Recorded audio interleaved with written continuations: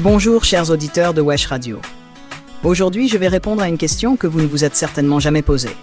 Charlemagne a-t-il vraiment inventé l'école? L'idée que Charlemagne, empereur des Francs et des Lombards au 8e siècle, a inventé l'école est largement répandue. Cependant, cette affirmation mérite d'être nuancée. Charlemagne n'a pas inventé l'école à proprement parler, mais il a joué un rôle crucial dans la promotion de l'éducation et de la réforme scolaire. Au début du Moyen Âge, l'éducation était principalement réservée aux clercs et aux membres des classes supérieures. Les monastères et les cathédrales étaient les principaux centres d'apprentissage. Les écoles monastiques et cathédrales enseignaient principalement la théologie, la philosophie, le latin et les arts libéraux.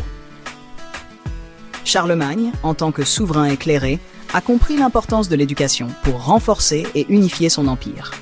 En 789, il publia l'Admonitio Generalis, un décret qui demandait aux évêques et aux abbés de créer des écoles pour former les jeunes clercs, mais aussi les laïcs.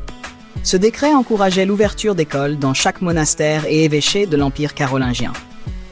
Par cette initiative, Charlemagne voulait non seulement former une élite religieuse et administrative compétente, mais aussi promouvoir la diffusion du savoir.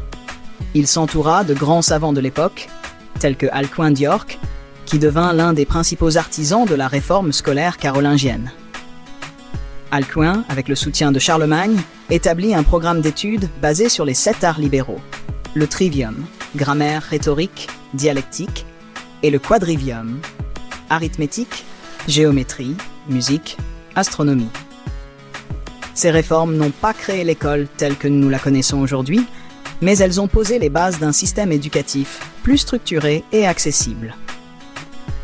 La réforme carolingienne a encouragé la copie et la conservation des manuscrits anciens, contribuant ainsi à la transmission du savoir antique au Moyen Âge. Il est important de noter que l'éducation sous Charlemagne restait limitée à une petite fraction de la population, principalement les garçons issus de milieux aisés.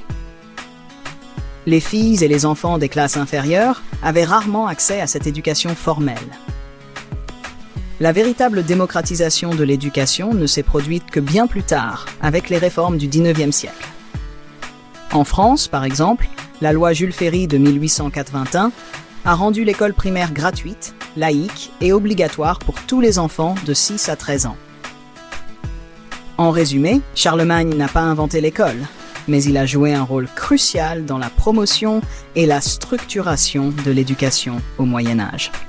Son influence a été déterminante pour la préservation et la diffusion du savoir, jetant ainsi les bases de l'enseignement en Europe.